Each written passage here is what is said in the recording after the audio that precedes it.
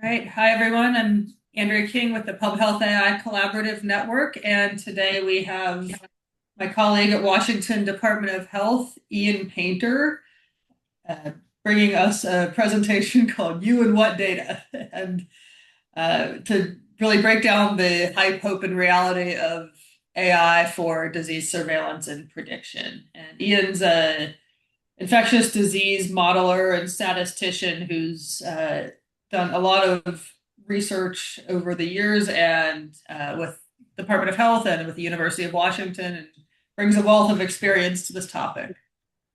All right, Ian, over to you. Great, thank you. Can you see slides and hear me okay? Yep, all good. Okay, great. I've lost I've lost the Zoom controls, so I'm going blind on that respect. But yeah, so this is this is a talk. The genesis for this talk is really kind of my processing my own reactions to the hype that I've seen, generated by all of the breakthroughs with generative AI and agentic AI, and that hype being applied to what I'm calling predictive AI, such as might be used in infectious disease prediction and or clinical outcome predictions, and then that hype potentially leading to overinflated expectations or even poor policy. And I'll explain in more detail, well, what I mean by predictive AI, and how it differs from other types of AI. But it's sufficient to say for now, essentially, I think it is simply what we used to be called machine learning. Um, and so there's maybe a little bit of a get off my lawn kind of aspect to the talk where I see things, I think that's not AI, that's just machine learning. But it is all lumped under the term AI now. And so I really wanted to focus on this specifically on predictive AI, how it differs in some applications of it in public health practice, and in particular, kind of giving some examples of where it can show promise in the future, but where there are also challenges that will need to be overcome. Okay, so I'm going to jump straight in with an example which I think helps illustrate both the potential and the challenges. And the example is using predictive AI to help with selection of what strains to include in the influenza vaccine. So this is a task which has to happen several months prior to when the vaccine is needed in order to provide time to essentially grow the vaccine. Um, and hopefully that time will be reducing as we start to move into mRNA vaccines. But it's still a problem where you have to decide what goes into the vaccine before you know what will actually be occurring in influenza because of mutations. And so it's both challenging and high stakes. A modest any improvement really in how well the vaccine works will have clinical implications in terms of potentially saving lives. But it's challenging because you're really essentially trying to predict what's going to happen with evolution. Um, and on a certain surface level, it looks like a prediction problem that is ideal for AI. In part, we have some fairly good data. We have global surveillance of influenza. We have viral sequences, antigenetic testing, and a lot of history. And it's also an obvious target to apply recently developed AI methods to, in particular, methods which allow you to take into account long range correlations in data that influence what's going to happen. Um, but it's also a challenging problem in that virus evolution is driven by selection pressures, which depends to a large extent on the immunity landscape and exposed people, which in turn is driven, of course, by what people have been exposed to previously, what they were infected with in their vaccination history. And so this creates these long range influences on the evolution of influenza. As I said, we now have the model architectures which can handle this. So it's inherently a prediction problem, given what we know about what's currently circulating in the world today and what's already circulated, what will be circulating when influenza season occurs in 6 months. Um, However, it is a challenging problem when you start to think about it in more detail. Um, in particular, you're really saying which viral lineages will win kind of a global evolution competition and result in what occurs in the specific location 6 months into the future. And we and so to understand that, there's a potential need for a lot of data to understand what people have been exposed to previously, or direct measurements, of antigenetic properties that the global population has currently as the virus spreads through across the world. So it's and it's trying to understand that selection pressure and whether we have enough data to estimate that selection pressure, which I think is really going to be the challenge to this problem. And so it's um,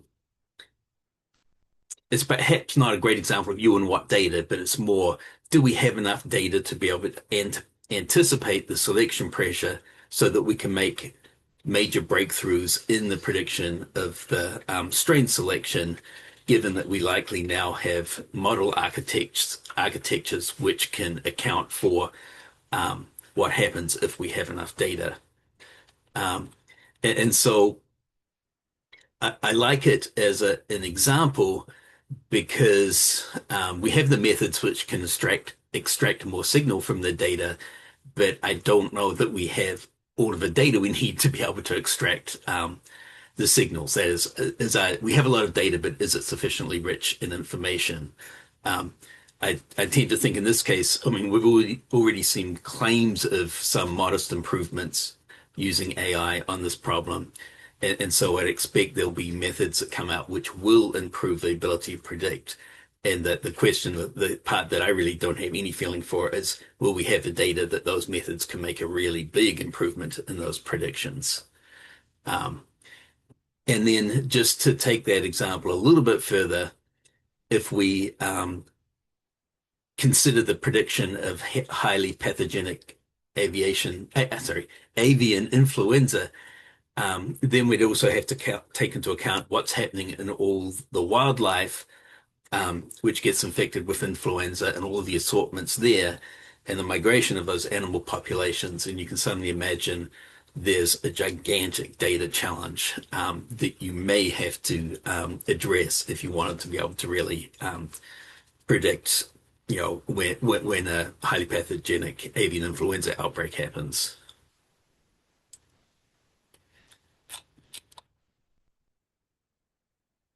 Yes, to answer the question in terms of, yeah, it's a gigantic One Health challenge.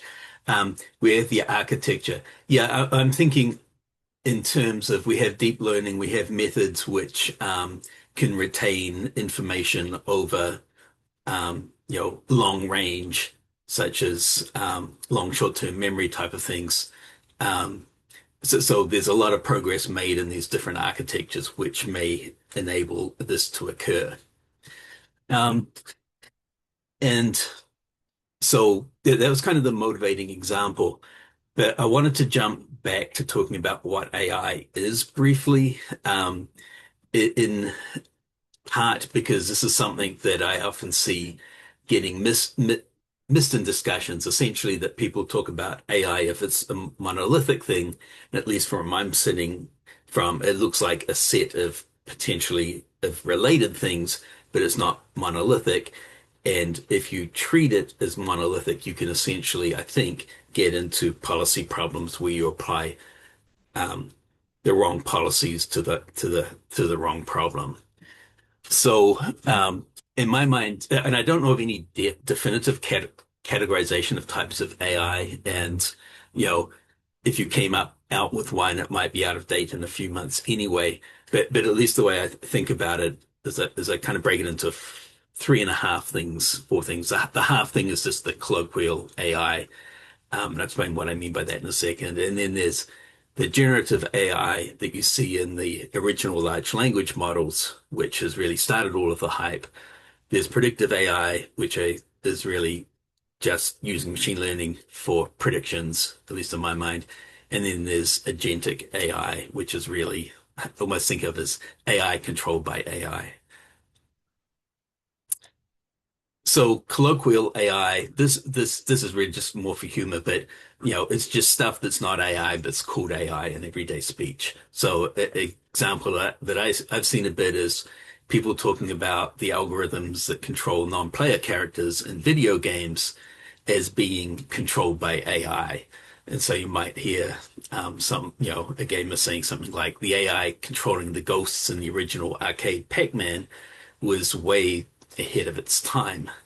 Um, and that actually creates a little bit of good news if you take that as a definition of AI, and this is meant to be humor, that how much computational power do you need to run AI that drove Pac-Man? Well, it turns out the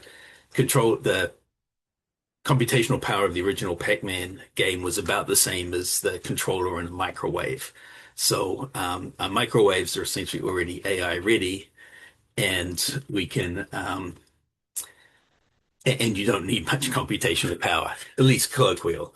And this was Claude's attempt at making Pac-Man on a microwave oven. Okay, so then there's generative AI, and so this is yes, prompt cost. Um, generative AI is essentially what has driven all of the hype and progress around AI, larger language models or individual video generation. And the key point in generative AI is you're trying to generate content, um, and the breakthrough comes from these breakthroughs in the underlying architecture and ability to train them on vast amounts of data. Um, there's a great website transformer explainer which goes through how a simple transformer model used for large language models works. Um, and the key part is that what you tend to get out of it is a set of probabilities of words, and then it samples one of those words at random according to the probabilities to create the next word in its response, and then it repeatedly does this. Um, predictive AI, like I guess I really just call this is machine learning for prediction. So it's using potentially traditional methods, logistic regression, for example, or much, much more advanced methods that are similar to the architectures used in generative AI. But the important part is the prediction. And so, um, really kind of how I distinguish these is that it is a big part is the purpose, and the purpose of predictive AI is to create predictions, whereas in generative AI, you're really trying to create content. And then in predictive AI, the accuracy of almost individual predictions is of key importance. And I'm using accuracy in the broad sense to include, calibration, bias, and all of those things. Whereas in generative AI, the utility is the content is really what is of key importance. That is to say, you don't care about whether your prediction of what the next word is was accurate. You care about the whole thing that you get out of it. And here, utility could include kind of accuracy in the sense of is the content is only going to be useful if it's accurate to what your purpose is. But from the point of view of how the model is used, the individual predictions which are made by the model that is not what's important. Um, and so there's a question of, well, um, why is there, kind of why has this predictive AI been lumped under AI? And one of the reasons, I suspect one of the reasons is people trying to get in on the hype around generative AI. But there are many similarities. The underlying models are probabilistic, and at least in some sense, the outputs from predictive AI are the predictive probabilities. And in generative AI, generally, the outputs are results which are sampled from the predictive probabilities. However, the generative AI, the model complexity is huge, and you typically need massive amounts of data, training data, to be able to get a useful model. Whereas in predictive AI, you could have a very simple model, such as logistic regression, um, or you could have an extremely complex model, just as complex as a large language model. And similarly, the training data needs um, vary as well. You might be able to train for a specific problem on a relatively small data set, or might need massive amounts of data to also train. And then another um, big difference is, predictive AI has been useful and used really for decades in different forms. If you wanted to kind of think about it in a very general sense, you could almost go back to the first use of life tables for life insurance, prior to the, you know, 20th century. Um, but generative AI has really only become useful in the last 3 to 4 years. And so I think the question is, um, why do these differences matter? Or maybe why do I care about these differences so much? And really it comes down to, I think, if you don't understand these differences, then you can result in potentially poor policy or policy applied to the wrong problem. An example of the potential for this, so it's not directly policy, is some publications that I've seen around AI in public health. So this was a publication um, really addressing an important question, that is, can AI developers avoid bias in public health applications? Um, and so essentially a literature review to summarize strategies for avoiding bias. However, the literature review uses the term artificial intelligence as the primary designator of, that it's related to AI. Um, and it only goes back to 2015. However, prior to about 2020, the term machine learning was used rather than artificial intelligence. And so, in a sense, the review process is flawed because it's not picking up much of the literature which discusses bias as it relates to predictions in public health, because it's not using the term machine learning. And so when you start to think about those kind of problems moving into policy, you start to realize that there is a potential for policy which either is overly broad or misses certain points because there's not a clear delineation of what types of AI are being discussed and where the policy applies in terms of type of AI. Okay, so that being said, I now want to move into the rest of the talk, is really just giving some examples of the current state of predictive AI. I'm calling it predictive AI machine learning, just to be clear. Um, and I'm going to talk about several examples. One of them is really an older example, but it illustrates some of the challenges, and that's prediction of risk models in healthcare. So not directly public health. and then talk about disease forecasting, scenario predictions, protein structure prediction, and actually this should say foundational models in public health. So this is an example from healthcare.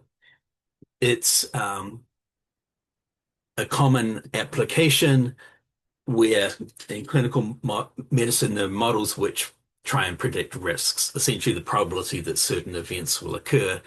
And then this is used, will try and be used to as part of decision making or being informative in upcoming procedures. So in this particular case, um, this is a well-validated risk model for outcomes during cardiac bypass surgery. And it works by the user provides detailed information on the especially clinical characteristics of the person undergoing surgery and the type of procedures which are planned. And the model comes up with a risk, which is really a predictive probability of sorts of different outcomes. So this is an example. I had cardiac surgery a little over a year ago, and the risk of not coming out of the operation alive was very low, which is reassuring, about 0.5%. Um, and this this risk is based on really fairly simple models, and I think in this case it's likely logistic regression, perhaps with a few bells and whistles.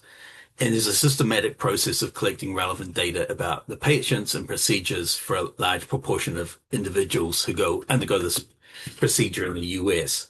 And so the result is you have this systematic, detailed data collection from a large number of people. And illustration of the detail is that the data dictionary for this is a few hundred pages long, and each field basically has its own full page in the data dictionary. Um, and so I'll come back, Ellie, to your question at the end. So um, and the models generally work pretty well. I've seen slightly boosted versions of the model which have AUC scores well over zero point 0.9 validated and independent populations. However, to illustrate some of the challenges here, this is and there's a reason why these are termed risk models, because it's really better thought of as a risk measure rather than a direct probability. In particular, the risk is calculated conditional on the information given to the model, but essentially it calculates an average risk over the population included in the model training and the hospitals and the surgeons involved. So, for example, it doesn't take into account individual patients' ability to follow pre-op instructions, or it doesn't take into account surgeon skill and hospital quality. And just as an example, I happen to know that the hospital I went to, on average, outperforms the predicted probabilities. And if you take that into account, that drops the risk, the probability from about 0.5% to 0.3%.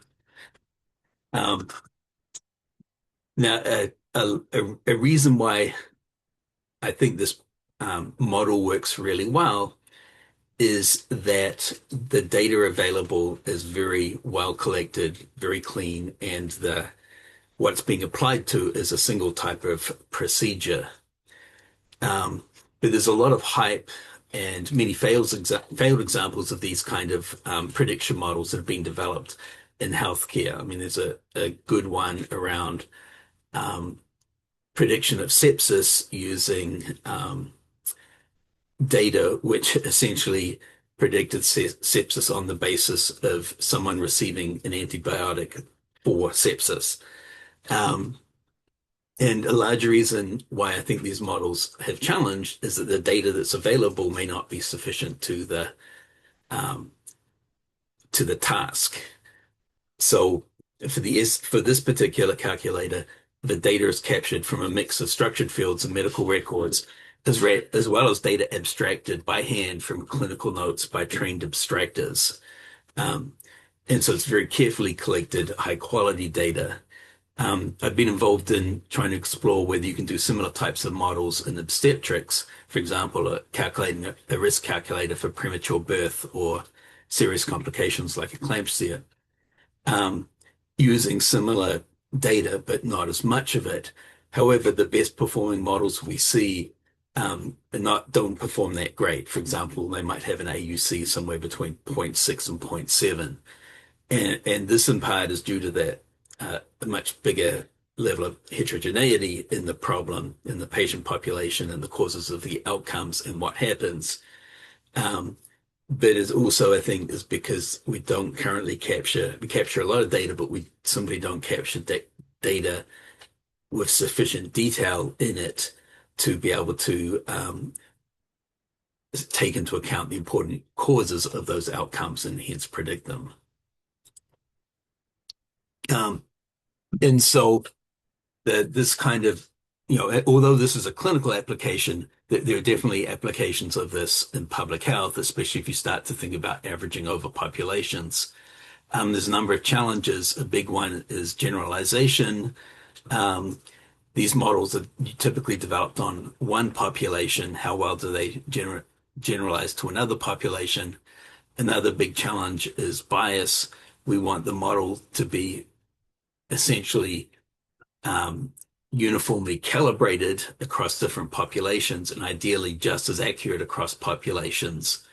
And this can be a challenge, especially if some populations are much smaller than other populations. And the final challenge, in a sense, is it's a right answer, but it's the wrong question. And by that, I just mean that to make the best decision possible, we need models which do counterfactual predictions. That is, it doesn't just predict what will happen, it will be able to predict what will happen if you do this, what will happen if you do that. And that's a kind of causal inference problem that currently most of the predictive AI methods in use can't handle. Okay, and then finally, there's a great possibility of improving this kind of problem, but not from I think, from the modeling point of view, but from the point of view of AI to get much better or more efficient data capture. Um, and in particular, the cost of abstracting this kind of data, you know, it may take 50% of an FTE of a nurse over the course of a year to accurately abstract data on something like obstetrics or STS or cardiac surgery over the course of a year, because much of the data is not captured in easily structured fields. And so using AI to be able to do that capture could lead to much greater use of these methods and better predictions. Okay. The next example I wanted to give is what I call nature-informed models, or another way to say this might be how to help deep learning models. Um, and so the idea here is that epidemics are constrained by, you know, essentially by science, biological and epidemiological mechanisms. Um, New infections depend on, exposure, current infections, susceptibility, and immunity. Um, and you can use what are called mechanistic or compartment models to encode these constraints directly, but those models usually only work well if you have sufficiently large populations.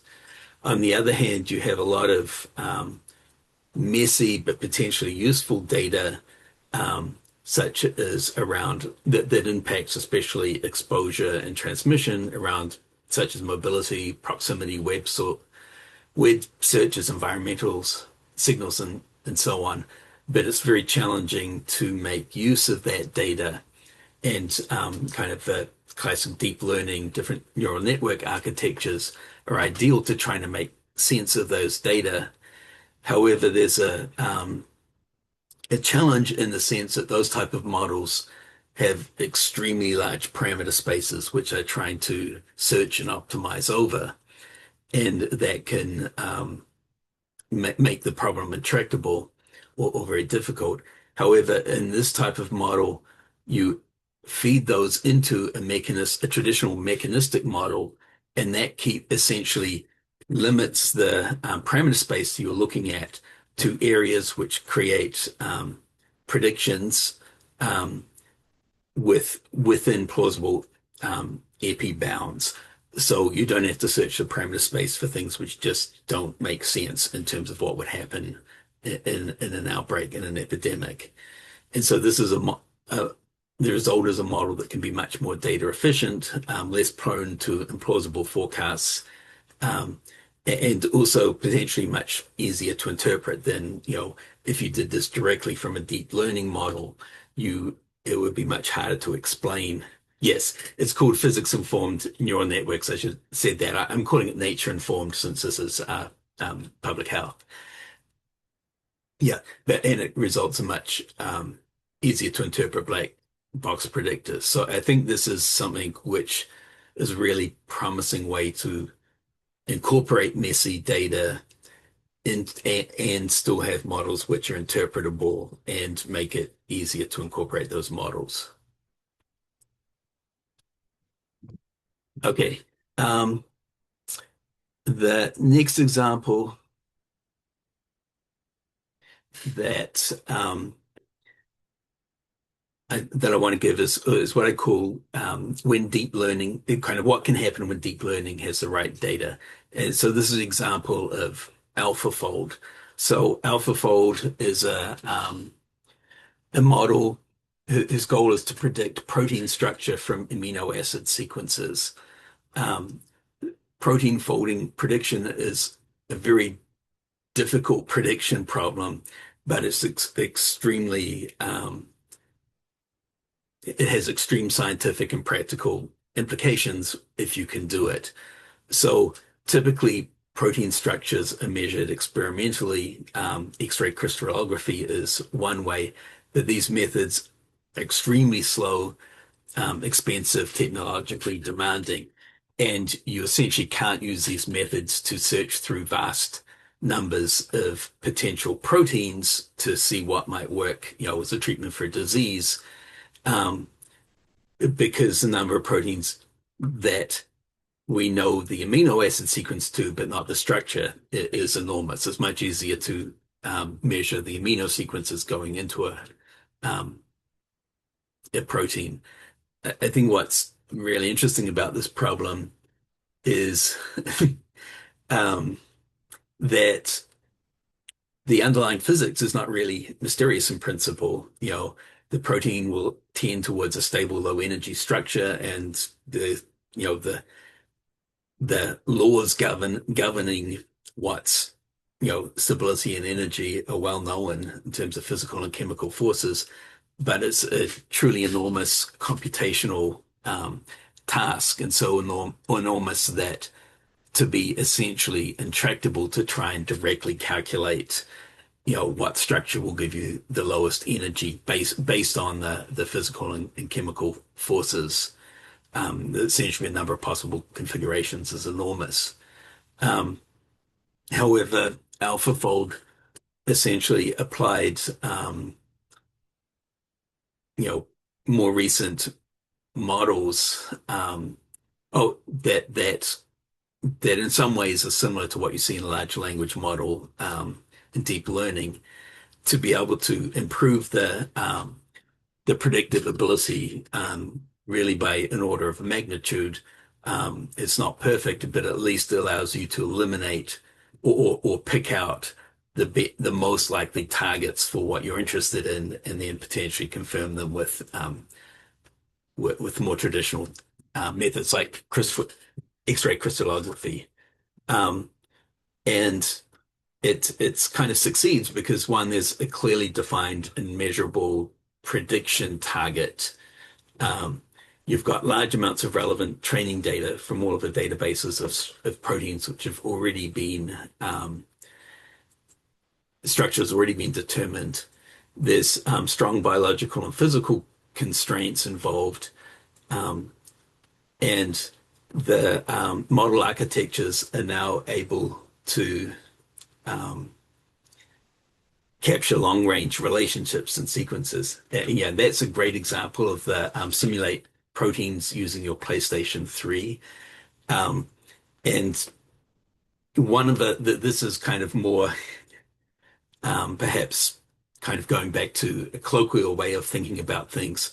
But um, in some ways, I think there's similarities between why AlphaFold is able to work really well and why large language models um, uh, can work really well. And part of that is that both of them, we have the data, which in a sense, um, in one case, people use to understand language, and another, in a very kind of loose sense, you know, your cell uses to generate the structure of a protein, and that information, in language is just language itself, and in proteins is just the sequence of amino acids. So we have available the same data in a sense that in AlphaFold that cells have to make proteins, and the same data in large language models that we ourselves have to understand language and generate content. So there's some conceptual similarities in that sense. And the other clue is, with language, you can learn language with minimal access to or I should say reduced at least compared to what the person typically experiences access to the connection between language and reality. If you're blind and deaf, you can still have no problem learning language, even though you can't see what red is. Um, and so that may that is the reason in my mind, to suggest, well, one, language is an amazing invention essentially, but also that what is available to a computer is the same as what's available to us. And we now have the architecture to be able to deal with it. And the whole thing with the PlayStation is that some people who play these games a lot could end up predicting protein structures better than the best statistical methods could at that time, even though it was clear that the people doing the predictions were not doing any kind of computations in their heads around physical or chemical forces. So it suggests there's something about existing neural networks, our own brains, which can enhance the problem. And so when we apply that similar architecture um, via the computer in AlphaFold, sure enough, it shows that it can also produce better answers.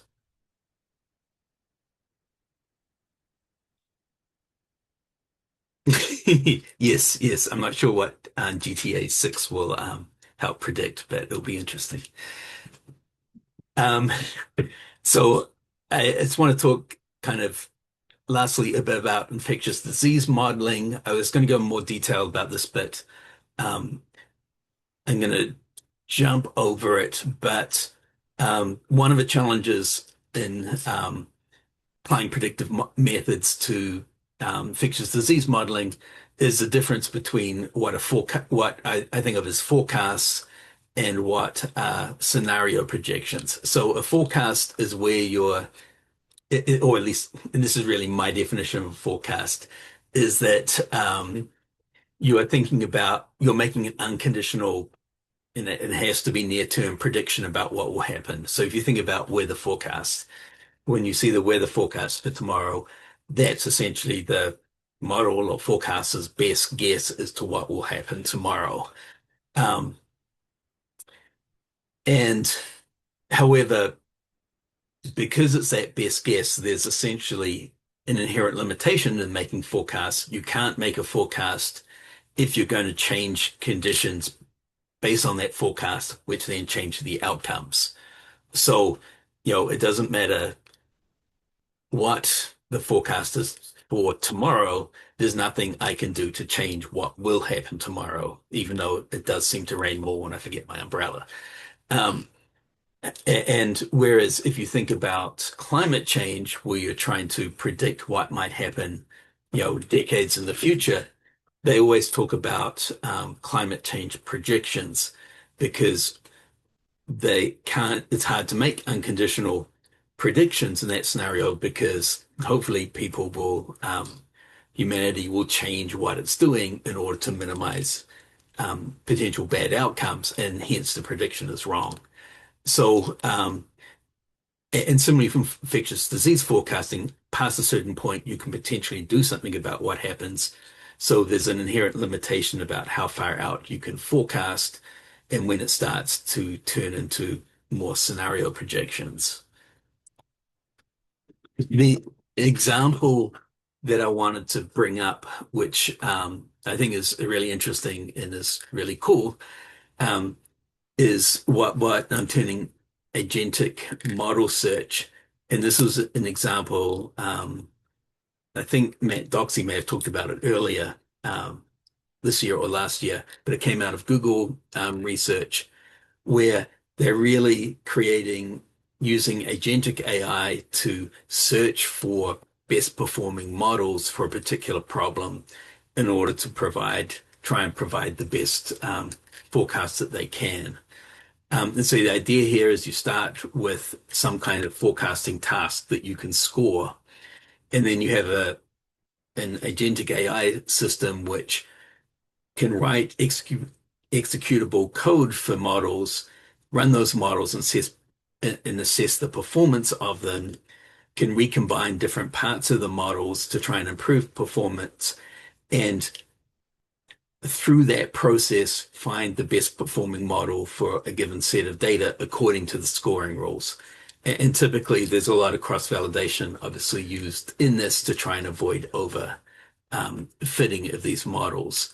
And at least retrospectively, when this was tried for COVID-19 forecasting, it outperformed the best performing models that were being applied, and hopefully it's now being also applied prospectively so we can see whether it really does outperform. Um, there's one potential weakness of this model, of this approach, is that and this is really of any kind of highly optimized prediction model, is interpretation of the resulting model. And another potential weakness is that it's highly optimized to the specific scoring rule. Um, it is, um, sorry, yes. Um, it can be, highly optimized for a specific scoring rule. However, in a sense, that's also a strength in that because it's automated, you can potentially just swap out the scoring rule for something which you think is more relevant, or look at performance over a whole set of scoring rules and potentially get a model that way. But what I want to know is whether it's possible also to add in more or less a scoring rule for the interpretability of the resulting model and try and find the best scoring interpretable model in that case. And just to jump a little bit more into that issue with the scoring rules do matter.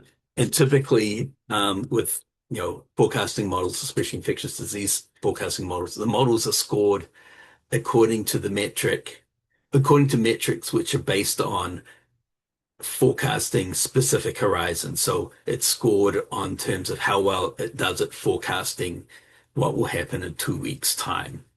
Um, and so it's kind of, in a sense, it's scoring based on vertical slices. So this is an example from trying to predict COVID hospitalizations in the United States. Um, and you can see this, in this kind of problem with the amount of data available, you get pretty wide confidence intervals, but it's still potentially quite useful. However, in trying to fit the best scoring model, they're looking at models in terms of how they perform, um, you know, at a particular look ahead horizon, and in particular large parts of the the time period, we really don't care. We really don't care if you can perform 20% more accurately, when there's very low counts. We would care if it was so wrong that you lost credibility. Um, but often what we care about is only what happens around the peak. Um, and so in particular, the timing of the peak, and the number of the cases at the peak may be of most interest. And it's, in the model which performs best in terms of the average horizon, performance at a fixed horizon may not be the model that ends up performing best in terms of predicting the peak. So in this example, in this particular time point, it thought the peak still wouldn't occur for another, 4 or 5 weeks, even when it was right at the peak. Um, and this kind, yeah, I should say these kind of models are pretty stochastic. If I actually rolled this back by 2 weeks, it got the peak perfectly right. So I'm picking a particular time when it didn't do great. Um, and so you may need to think of, we may need to think about, well, adjust scoring rules to focus just on very specific things we care about. However, going back to the challenge of you and, kind of you and what data, when we're looking at how well it does, 2 weeks out, we essentially have a data point for each week, um, that we have observations for. However, if we're trying to predict how well it does at the peak, we essentially have one data point for each wave. And so we potentially have a much, much reduced amount of data available to be able to do that prediction. Though I should say, if you can predict what's happening 2 weeks out really, really well, then you will be able to predict what happens at the peak. There's potential on average, you can predict really well, but your worst performing averages, period is when it most matters around the peak.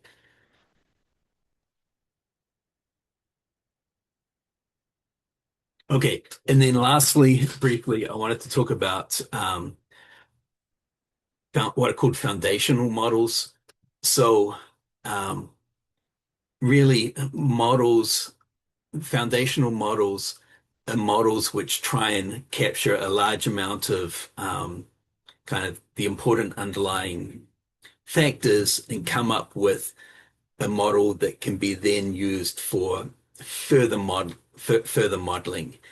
Um, So one example is some of the geospatial models which are being developed at Google and at many other places where they're trying to capture the important underlying factors associated with chronic disease.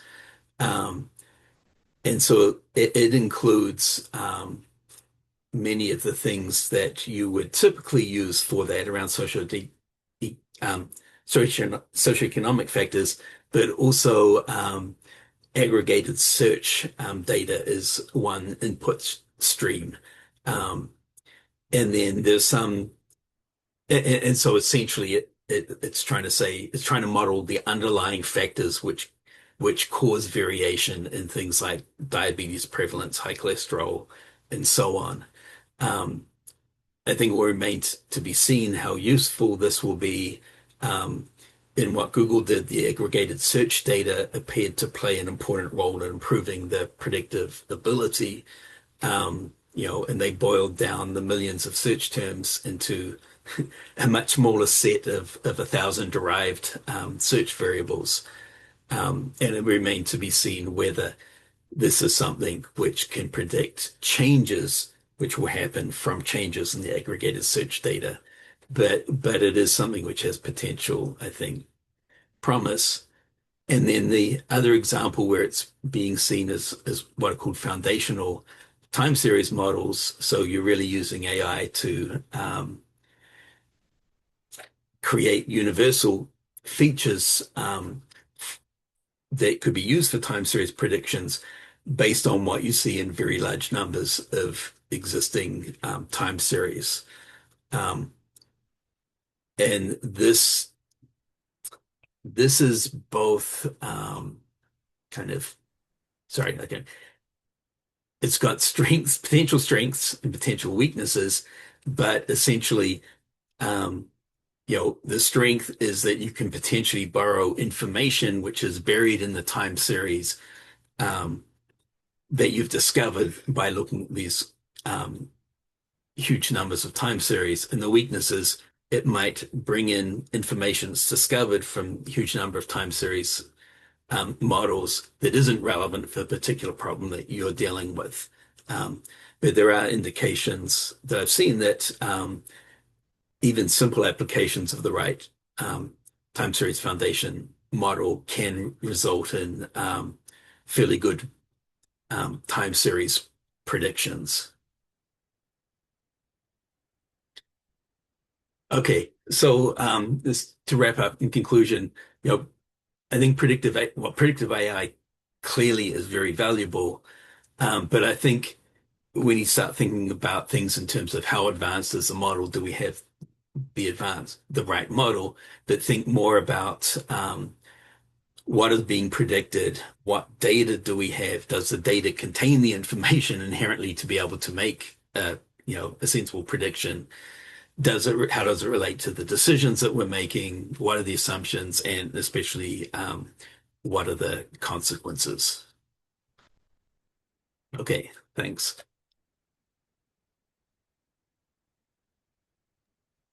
Thanks so much, Ian. This is great. And I've got about 15 questions for you written out here. And you started getting into PDFM territory, which like that takes it in a whole different direction. This is just fascinating stuff. I want to see if we've got do you have time to hang around for some questions? Yeah, So anybody with questions, feel free to stay on the line here. And we'll leave the recording running so you can catch up if you'd like. We had a question from Ollie earlier about the training data and how likely that is to truly produce unbiased models, which if it's trained on human data, humans have tons of biases, and I feel like that they're just going to be baked right in. But I know a lot of effort is taken to reduce that in the development space. So, what's your opinion? yeah, yeah. I have opinions always, but I'm not sure how well informed they are. But it's actually I think it's almost more challenging for predictive AI than it is for you know, the more, I don't know, traditional, generative AI. So yeah, in predictive AI, your models, because they're directly using those predictions, they're picking up on what's happening in the population. And if that includes either, and so it's going to include any kind of consequences of structural inequities in society. It's going to include any kind of biases in data collection and all sorts of things. This really is representing a population, and that makes challenges for both generalization and for fairness and bias. And I don't know that we have a great handle on the best ways to tackle that. Um, if you're thinking about generative AI, then yeah, it's trained on, you know, all language essentially, or close to it. It's going to All include, English language yeah, and all English whatever else language. is also on the internet. Yeah, everything on the internet. And Um, which is a bias in itself that there's not, uniform right. content across languages. So you start there and then it just keeps But stacking up. yeah, I tend to think but that's where how you use it really comes into play. Um, and so you can structure questions, prompts to explicitly try and avoid these kind of biases. And sometimes I think the biggest problem is not so much the biases which are trained into the model, but are the biases of the users. If I come at it with a different attitude, Mhm. we're bringing in our biases. Yeah. And then the other factor I think is that you can potentially iteratively try and train out some of those things. You know, you train a model to try and detect where you have problematic input and remove it, retrain your model, repeat that kind of Mhm. process. So there I can is, see an agentic feature being useful there too, where you have a model and then you have a bias detection kind yeah, of yeah, challenger for it. yeah. Um, but I think even better if you can do the bias detection before it goes into the model. Yeah. Um, see, it's the biggest difference. Like we can't go and unchange the data we're trained on. But potentially large language models, agentic Mm. um, models can do that. Yeah. Yeah, it just makes me really want to know how they built these things. Yeah, yeah. Like tell me everything. I'm wondering how you would layer the PDFM kind of findings. You touched on it briefly about, using those kind of foundational models to extract data that may be useful elsewhere, fed into other forms of models. And I'm just thinking through how that would work. Like, say, you're looking for cross-border population dynamics in a disease transmission scenario. Like, can you get population movement that you can then approximate rate of transmission that might drive an outbreak and say of measles in Canada rather than elsewhere. Yeah, it's a great question. What am I going to say? I don't really know. Yeah, Um, I me suspect, either. yeah, but in a sense, kind of that finding stuff that can generalize across situations is, partly what science is about, because then you can start doing predictions. But I don't know, the question is, what data do you need to be able to do that? Well, we have, Mhm. well, at least in my mind, what Yeah, and do how we deep do need you have enough to data? go with it to be able to get something credible? And then how do you Yeah, actually evaluate that?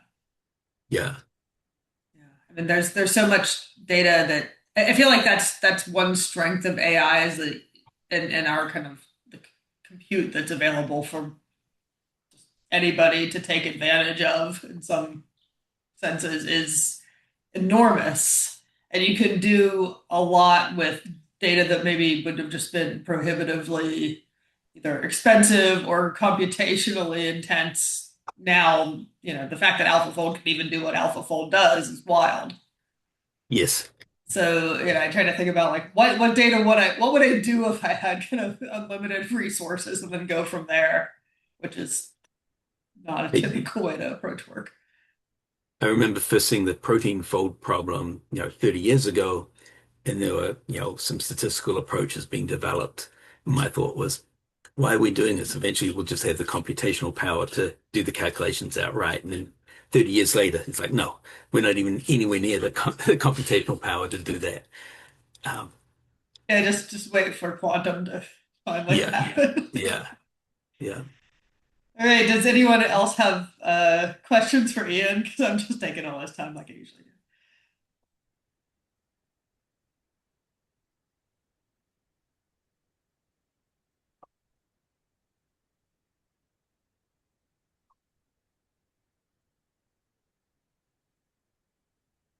Last call, folks.